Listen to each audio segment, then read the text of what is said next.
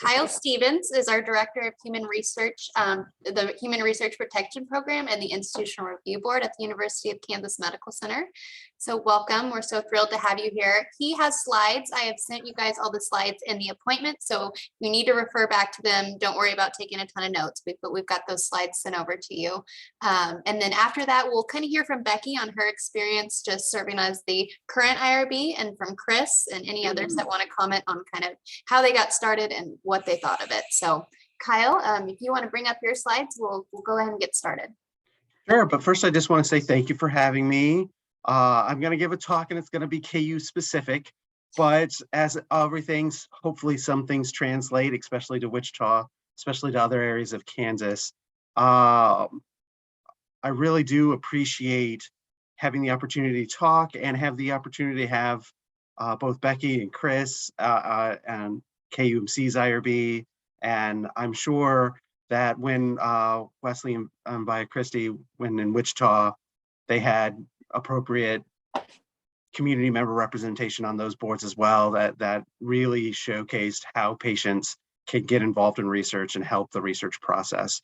So I'm going to share my screen here, and we're going to go through those slides. I hope that they are not too boring, and hopefully you all get to learn something a little bit new, a little bit different. Feel free to stop me at any time. This is a conversation, right? So we're just talking about kind of the IRB system, and we're going to cover a couple of different topics. Really, I like these things to be conversations between the two of us. And so let me see. Can you see my slides, or are you seeing my thing here? Let me see here. I see the slides. Yep. Okay. Okay. There we go. Yeah. Sorry. There we go. There we go. So topics. So the topics today, we're going to cover kind of what is an IRB, what the role of the community member is, the consent form and the consent process, because those two things are not the same, and kind of what other groups are kind of on campus helping the IRB kind of do its mission and helping kind of support research in any capacity that we want to talk about. Again, I definitely want to stress, if you have any questions or anything, I might not be able to pick it up on chat as well as I have, but feel free to just jump in and stop me whenever you want to, okay? So let's talk a little bit about what the IRB is. As Peggy was saying, Institutional Review Board, we use a lot of acronyms in the IRB world, a lot of acronyms, and so IRB is one of them. But the IRB is pretty much just a panel of people, mainly researchers on the campus itself, some clinical staff, some not clinical staff, maybe educational staff within the university, and community members. And so these groups of people kind of combine to come to a committee meeting and kind of implement the federal regulations, the state laws that we have, and any institutional policies that might affect a research project so that we can kind of do research. Research projects are defined by the federal regulations as those that collect, interact with a human subject or that interacts with their data in an identifiable way, and will collect generalizable knowledge. And neither of those two terms are well defined by the federal regulations, but we've defined them within our KUMC policies. And so every research project that is on KUMC's campus kind of has to go through an IRB process if it's going to interact with a person or interact with a person's data within the health system or within one of our clinics. The IRB's purview actually extends all over the globe as long as we're involved in it.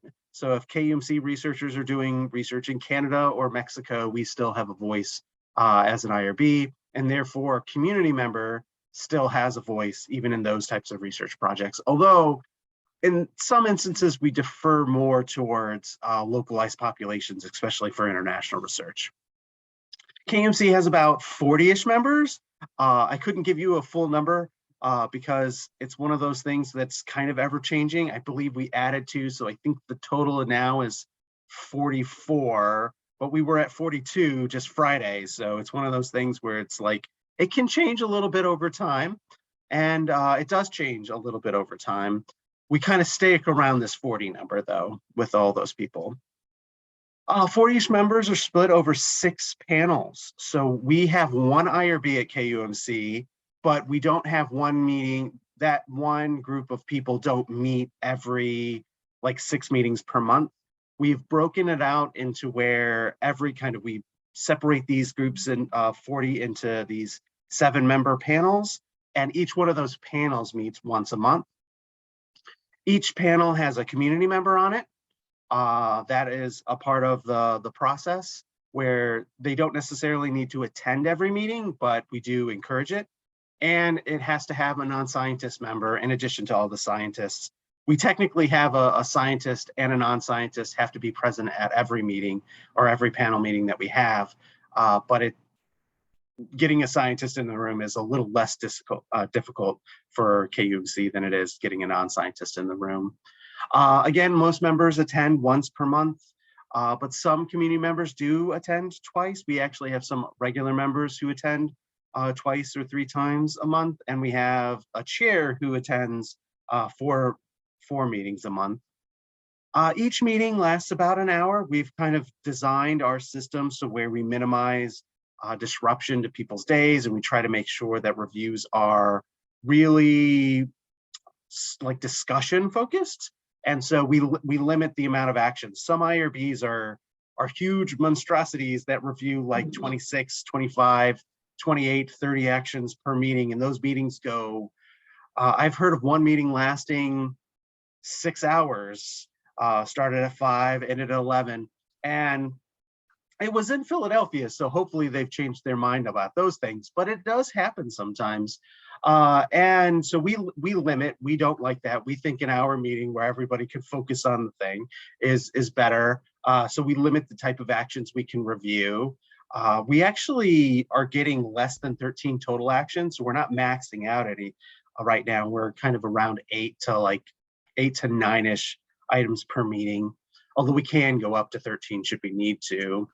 Each member gets about 2 or 3 actions to as direct assignments to focus on, and then everybody looks at everything generally. We tend to have 1 or 2 reviewers for any modification. It's a project that we've already reviewed and approved, and we tend to have 1 reviewer for any continuing review, which is a project just trying to get its annual renewal. But for new studies, brand new things out the gate, we assign all 7 members or all the attending members to review and look over a project. And then depending on the study and what actually is going to be discussed, if it needs a real robust discussion, we go through the line of everybody on the panel to say, what are your issues? What are your concerns? What do you want to talk about for this particular research? Most of the time we're doing drug trials, right? So it's okay, we're good. Sometimes we're doing really complicated drug trials where we have a very intense discussion. Sometimes we're doing like weight loss. Sometimes we're doing like intervention trials that have very robust discussion as well. And so it can be a little here, a little there, but for the most part, we try to make it a little bit easy for everybody to at least get their comments in and to have a voice for our discussions. There are different types of studies. As I was saying just before, we have a whole bunch of clinical trials going through. Those are your new drugs, your new devices, your orphan drugs, and a reuse of an approved drug, right? So they sometimes do this where a drug has one condition and they just decide to throw it at a different condition because of whatever reason, maybe the same mutation is there or something else. So we see a lot of those. At the minimal risk level, we really see a lot of research projects that involve like interviews, focus groups, surveys, a lot of chart reviews, getting into the data and doing a data analysis, and some interventions. Interventions usually revolve around some sort of medical condition. Weight or education based on weight is our biggest hitter. And we do collaborations with the University of Kansas Lawrence campus, which is they're not a separate entity, but they are a separate IRB office. And so we try to collaborate with them as best we can. But we do have a lot of varying different types of research projects on campus. And so at the full board level, like the committee level, we see about 600 actions a year. This is what our numbers from last year. 110 of those are new studies where everyone's trying to put in a voice, get a voice in. 300 are kind of those renewals. We've already looked at it. We're just reapproving it. Some modifications, a fair chunk of modifications. And then the last little bit, which is a shame that we review any of them because they occur, and we have to review them because they occur. It's a shame that they occur at all, but these are the problems that occur over a project. Somebody didn't follow their protocol and is non-compliance, and we have to determine if it's serious or continuing non-compliance. And then if a new risk is identified and they need to make a change to a safety monitoring plan, or they need to make a change to the risks that the subjects are being presented with, those sometimes happen, and those get submitted. Risks can also come in as modifications, but if we're reviewing a report, that means it's happened to a KUMC patient, and so we take special care with those particular things. Overall, the IRB in the last 3 years have reviewed around 67 to 7,000 different types of actions. Most of those are new studies. We review 800 total new studies a year. So 700 or so are at the exempt expediting this thing called flex review, which we don't really have to get into here. Modifications, continuing reviews for everything else as well, similar to that. So you can see like the bulk of the IRB staff work is not the full board, but the bulk of what a community member is going to do is the full board. And so there's different roles for different people. And so we can see how people can contribute in different ways. Now, what types of documents does the IRB review? I'm not sure if you all are familiar with protocols or investigator brochures, but those are common things. Consent forms, recruitment materials, essentially any document that the patient is going to see or interact with, or outlines how those actions are going to occur, needs to be submitted and reviewed by the committee or by the chair or our staff, depending on the risk level associated with that trial. So community members as a whole, these are individuals, as you know, throughout that help with the IRB. They can't be affiliated with KUMC in order to be a community member, but they bring a different perspective. I see them as a check, right? So they're a check on the institution so that we don't kind of self-talk to each other. And so like there's this thing about doctors, right? Doctors are great people, they do great things, but they tend to talk in and amongst themselves in a very specific way. And sometimes even within the university system, we talk as KUMC specific, right? Is this best for us? Is this not best for us? And I see the community member as someone coming in to be an agitator. And I say that with a good like Reg, just to poke us and say, hey, this isn't right, or we need to change, or these things are okay, let's go with it, kind of thing. They can be anyone if unaffiliated with the institution. And so the problem there is we have trouble kind of identifying. Pivot has been great for us, and I will always thank Sarah and Kris and Becky for giving your time and your effort to the IRB. I really appreciate all of the reviews you've put into the IRB, but it's difficult to find some community members. People just don't want to do this, right?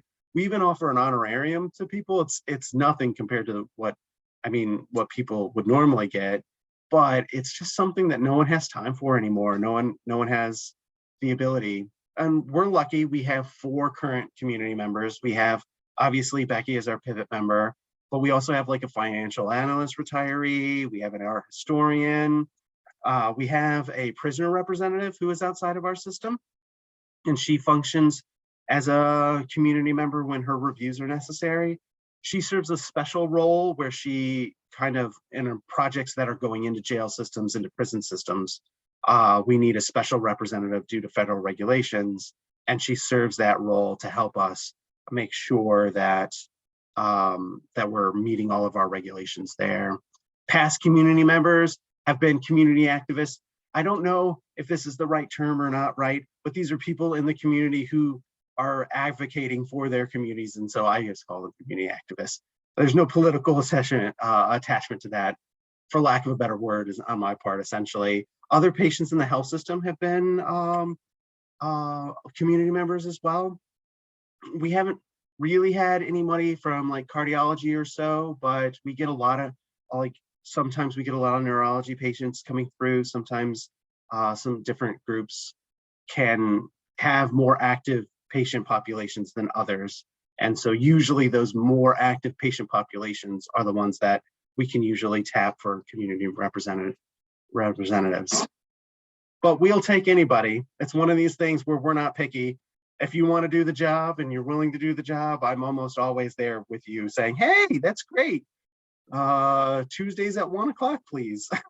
So our, like I said, our community members come from everywhere, and we're lucky to have the ones that we have and the ones that we've had. Let's talk about consent forms, right? This is probably the thing most people think about research projects. It's a big part of it. I'm not going to lie. I mean, thinking about consents is a big thing, but it's not the entirety of it, right? So, and community members, they review all the documents, but I think they're probably their main focus is on consent forms and making sure the consent forms is the best foot forward that we could have as an institution. And I would say that community members are, I mean, they're generally looking to make consent forms simpler, usually by taking out the medical terms and saying, well, I know dyspepsia means this, but let's just say it in English, please. And maybe offering alternative language and putting in community norms, making sure that that the consent form reads as like a person talking to you instead of a doctor and doctors talking amongst themselves. And I find that our community members do a great job in this aspect. In fact, they're the ones that kind of find most of the formatting errors, most of the things that even I'm not really looking for any longer, and I try to focus on myself. They're finding these readability issues that make the consents better. I do want to stress, though, that you can only go so far in a like a clinical trial consent. They are really, really hard to get into lay language. They are really hard. And so we probably fail more oftentimes than we succeed in doing what we need to do. But those consent forms have standards, and I see the community members as helping us meet those standards. I've given you a little list here of kind of what has to go into a consent form. Like for every consent form, almost every single one of these bullet points has to be covered in some way or another. Most people think about the risks. The risk is usually the 12 pages in the middle of the consent that everybody dreads reading. But it also has to say that research is voluntary. It has to give you alternative options. It has to say if you're going to get like talk about what happens with an injury occurs. It has to say what happens if you decide to withdraw, what steps you need to do to say, okay, I'm done with this particular research project. There's a lot of information that needs to go into a consent form, especially clinical trials. And that's kind of why they're 30 pages. I mean, the other reason is because lawyers get attached to them, but I mean, there's a lot of information that needs to be presented and whatnot. There's a couple of other kind of topics that need to be covered in certain situations. The big one coming out of the new federal regulations that were just approved in like 2018, 2020 has to do with like genetics. Like, are we talking about like when you give a sample for a new clinical trial, biopsy or whatever, how can they use that sample? And if they're doing like whole genome sequencing, what are we telling to people about that? Because these, as much as I'm not a scientist and I couldn't really explain it to you, these things are identifiable, right? I mean, you're giving a little piece of your body, and most of the time people don't even talk about it at all, but that little piece of your body in certain instances can tell you everything about you. And so there's new areas where we think about these things in different ways than we did even 5 years ago, especially related to genetic testing and what genetic testing is happening and what is being said about that genetic testing. A good case here, well, not genetics specifically, is the Havasupai tribe, because they gave their samples for a very specific reason, and then an institution out west decided to not follow those. And so there's an entire legal case about the misuse of genetic samples. And so those things are coming to light, and it's good that we're changing we're dynamic here. We're changing our ability of what is considered informed consent as we go along with the process.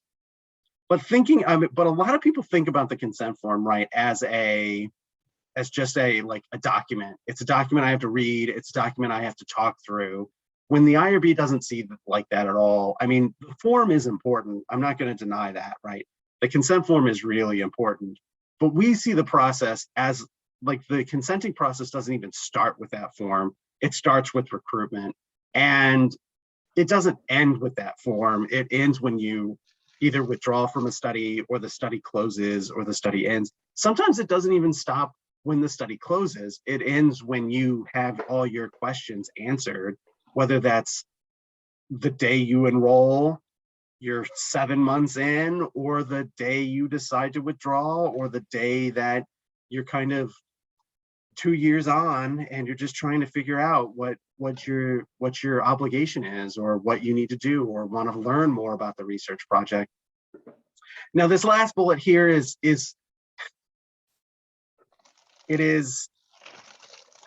aspirational. I mean, again, these documents are 30 pages. They're really, really complicated. And we try to get them at a 6th grade level. We try to get them at a level where we feel any patient who walks in the door would be able to understand it. And sometimes, like I said, sometimes we fail at that. Sometimes we don't get to a 6th grade level. And sometimes it's just not possible, but we try and we strive to make sure that the reading level of the consent is the least grade level it is possible, to give that chance for any patient that walks in the door. And so there's a couple of other organizations that help us out. There are the Human Research Protection Program, our second acronym of our many acronyms, is pretty much just the IRB and a couple of other offices working together to help protect human subjects and our research happening on campus. The COI is probably the biggest one that you've probably heard of. They manage the financial interests that can occur. Let's say like Hope or Sarah gets approached by Pfizer, and Pfizer says, hey, here's $30,000, $40,000, $100,000 to write this protocol. And then Sarah or Hope decide to work on a research project with Pfizer. That would be considered a conflict of interest. And so that group is there to manage that conflict, to say, hey, maybe you don't need to consent, or maybe we need to have some sort of notification in the consent form itself. The HIPAA Privacy Officer office, and the officer is a good friend of mine, Chris Griffith. He kind of helps to make sure when HIPAA rules are being violated, when we have data breaches. Another big thing that 10 years ago, 15 years ago wasn't even thought of. People didn't leave all their data for a research project on the train 10 years ago, but it has happened fairly often in today's world. Not for us, but I'm sure it's going to happen to us eventually. How we protect that data is important now. Information Security Office is kind of a similar thing. It's not HIPAA related, but it's like, what protections are we putting in place on data? What confidentiality measures are our systems and our firewalls are there to help protect, so that we don't have an inappropriate breach as well. And then we have groups like radiation safety, biosafety, the regulatory offices. They all support the IRB in different ways, either by helping kind of review very specific risks that might occur, or by helping research teams do their functioning as best they can. And so all of these kind of come together as a HIPAA privacy, as a HRPP, and we try to, as sister offices, kind of make sure that we're protecting human subjects the best way we can. But some of them have different types of like roles versus others, right? Sometimes certain things are really important. Like in a clinical trial, the IRB takes the brunt of the regulatory burden, right? We're the ones to think about the interaction, to think about the risks. Whereas in different types of research projects, like a database research, the HIPAA is really the main focus, because that breach is always going to be there. It's always going to be a risk, but they don't really have to worry about like the interaction part, or the radiation radiation isn't involved. And so, so the offices come together, kind of like Voltron or kind of like the Paw Patrol team to help make research happen on this campus. And I think we do a good job. I mean, that's self-serving, right? So I'm the director of the HRPP and the IRB, and I'm like, oh, we do a good job, right? Yeah, I'm gonna say that, but hopefully, as we talk with Kris and as we talk with Becky, they're gonna say the things I paid them to say, and we're gonna have a good conversation. So, I'm joking aside, I do like to come out and talk. I do like to hear different voices, and I do want to hear like Kris's and Becky's and everyone else's opinion about what they think about the IRB and what they like their experiences. It's better to have an open dialogue and discussion. And so I don't have any more slides. I know I've taken up about 30 minutes, and I know we wanted to talk about other things, so I'll stop sharing. But I really, really appreciate the opportunity to have a good discussion. So yeah, let's have the next stage. Let's talk about our experiences. Sounds good. Does anybody have any questions for Kyle before we, Kathy, yes.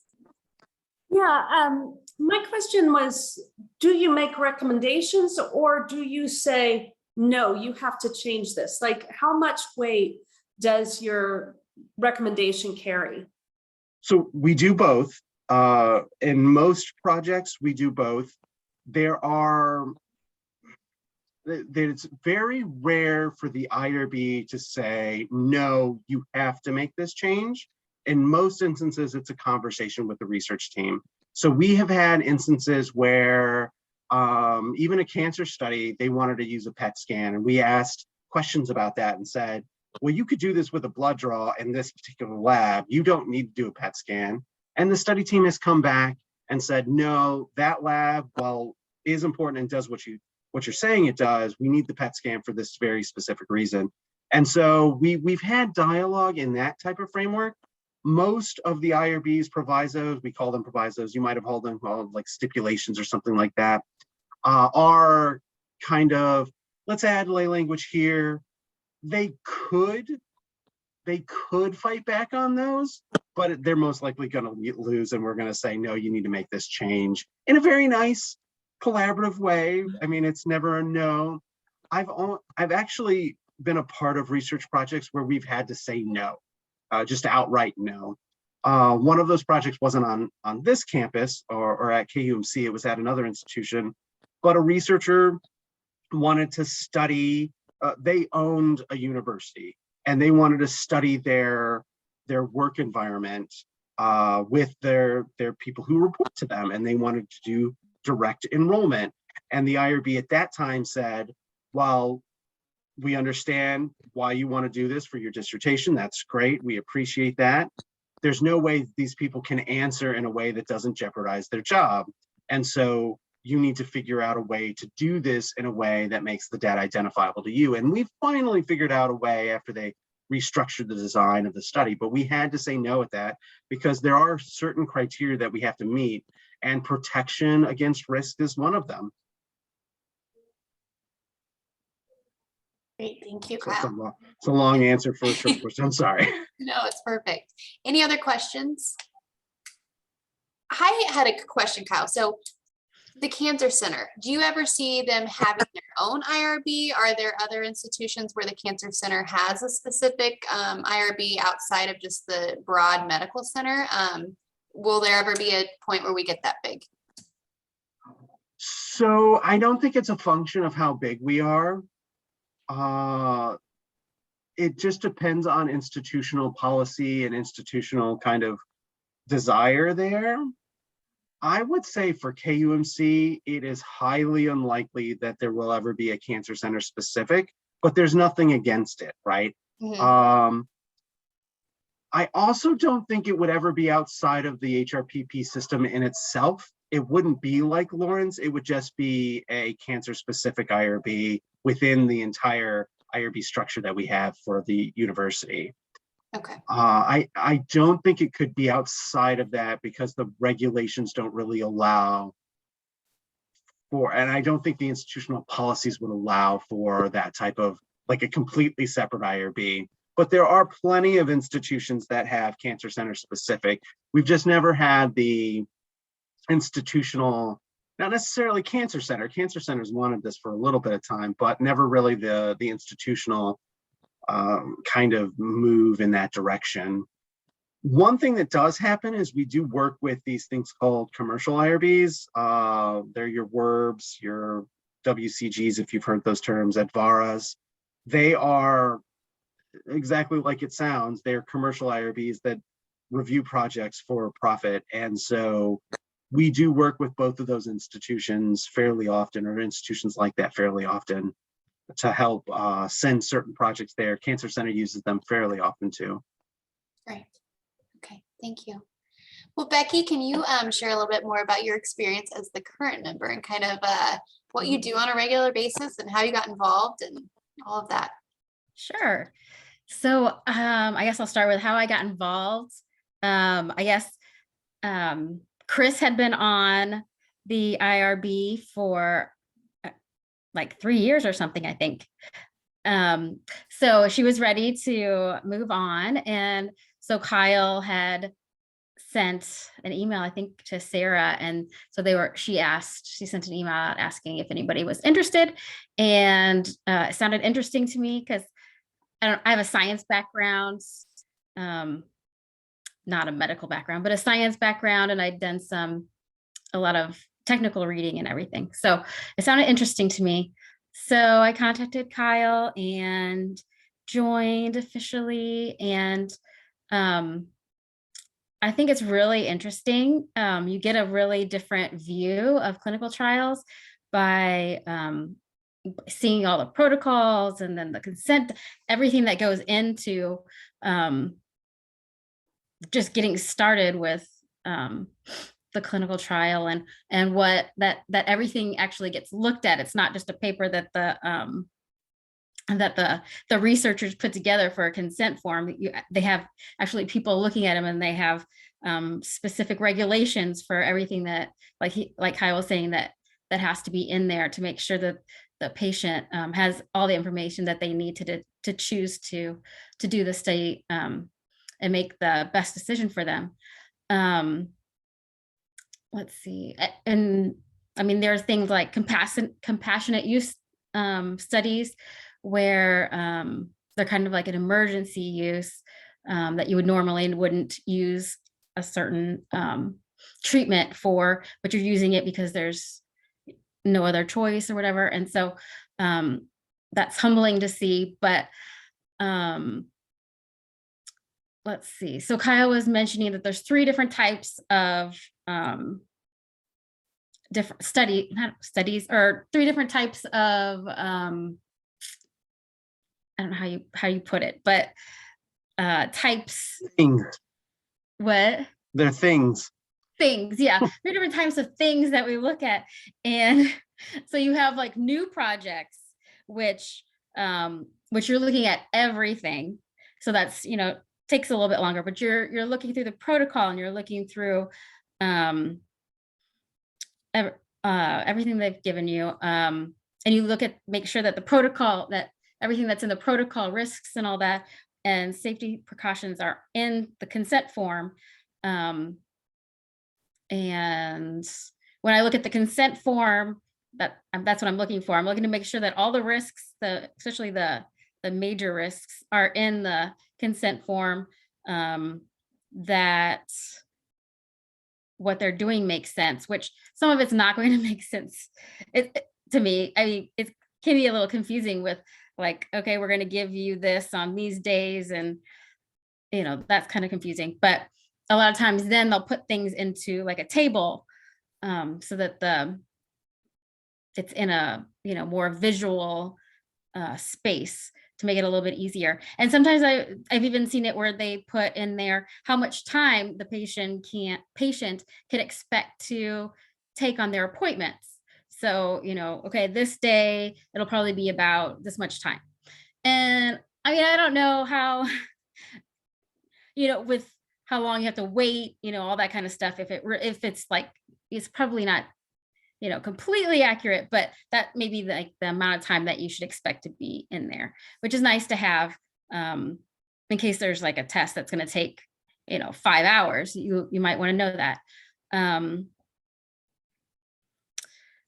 It was kind of scary at first, going into it right at first, like, how am I going to do this? What am I supposed to do? But there is like this manual that you can look at that has all the, like Kyle mentioned, that there's a lot of different acronyms and stuff like that. And so it's all those are listed in there. There's definitions for all that, and all the regulations are in there. This is what you should look for. And then there's like little cheat sheets that say for a new project, you need to look at these things. And then the next one is a modification, which is exactly what it sounds like. It's a modification to what the previous version that you saw, that they made changes. And a lot of times it's just changes in personnel. So, I mean, those are pretty easy, they're not really changing anything, but, and then with those, I make sure that there's no extra risks, that have been added. Because if there are, then they need to be changed in the consent form. And then there are also continuing review. And those are, so each of these studies has a certain amount of time that they get re-reviewed. So you don't just review them once. They might have 6 months or a year, and you just go back over and look at them, and they'll send you any safety reports that they've had over time, to make sure that that the safety committees or whoever there are is looking at the safety has reviewed it and said that it still looks good safety wise for the patient, that there's hasn't been too many risks. And it'll say, these are the risks. It might say if there are any bad risks that are attributed to the treatment, it'll list that. And it also will say, how many people have been added to the study, and how many people have withdrawn, and why they've withdrawn. And so we pretty much get our assignment of what, our big focus is on, that we're going to present what we found with about a week ahead. And like Kyle said, there's usually like 2 or 3 that you're focused on, depending on how many come in. It's been kind of like the last 2 months, I think. But again, when, like you said, a new project's going to get one person, and that's the main reviewer, and then everybody else is going to look at it. And you put your information into, there's the IRB, it's in a database, you're entering your comments, and so it's actually, electronically you're entering your comments, and everybody who is a secondary reviewer is putting their comments in, and then we vote. So we have the person that is on that specific study, and they say what they found, and whether they think that it should be approved by the committee. And then you do a vote, and everyone gets to do a vote on whether they agree. And then sometimes there are things that need to be cleared up, and so we vote to have to, take that back to the researchers, to have clarification, or to have changes made to the consent form, things like that, questions. And again, if you have any questions when you're looking at and reviewing a study, you can always ask like Kyle or somebody else that's there that would be able to answer it. So it's not all on you. I'm trying to think if there's anything else like, but yeah, like Kyle said, with the consent forms, that's kind of what the community member has, the most insight into. Like, that doesn't make any sense. Like, I'm looking at this and, even if it's a table, like, this makes it sound like, so-and-so, but I think by reading the protocol that it actually means this. Can we change something? So that kind of thing. I don't know. If you have any questions for me. Yeah, that's awesome. Yeah, does anybody have any questions? I know, Peggy, you put in the chat, do you require members to pass the city training? So Kyle said yes. Can you elaborate, Kyle, on what the city training actually is? City training is actually an institutional wide kind of human subjects training. And so it is it's hard to explain, right? It's one of these things where it's an online educational course offered by the University of Miami. And so we have an institutional account with them. It's also required for all kind of researchers as well. So all researchers need city training too. And so it's kind of the same training for everyone, but it just kind of goes over the history, all the bad things that people have done in the past and any new ones we've identified. And then kind of the federal regulations, and then how to interact, data protections, all that type of stuff. It kind of just as a training course. We're also offering for non-affiliated individuals with KUMC this thing called CERT training, or CCTS training, which is a more stylized training for community members who don't do anything related to research and they want to get involved because KUMC has asked them to, or something like that. Same thing, it's just going over kind of the history and federal regulations and all those types of topics. And Kyle, is that second training, is that available for anybody to take, or is it, if the pivot members wanted to take that course, is it available? So it's technically, it's not controlled by us. It's controlled by the University of Chicago, University of Illinois, Chicago. And so it is called CIRT certification training. They have the first four letters capitalized, but it is training that anyone can take. You can sign up for it independently. We don't currently have a link to it, but I have a link to it in my emails, and I can send it out when it becomes appropriate, but we haven't put it on the website just yet. Okay, great. Well, Kris, would you like to kind of share your experience and kind of piggyback off of what Becky has said? Can you guys hear me okay? Yeah. Well, I was approached that the IRB was wanting a community member, for the program. And I was approached and told that I needed to be challenged and that I needed to apply. So I applied, and that was in 2018. I was notified in May of 2018 and started in June.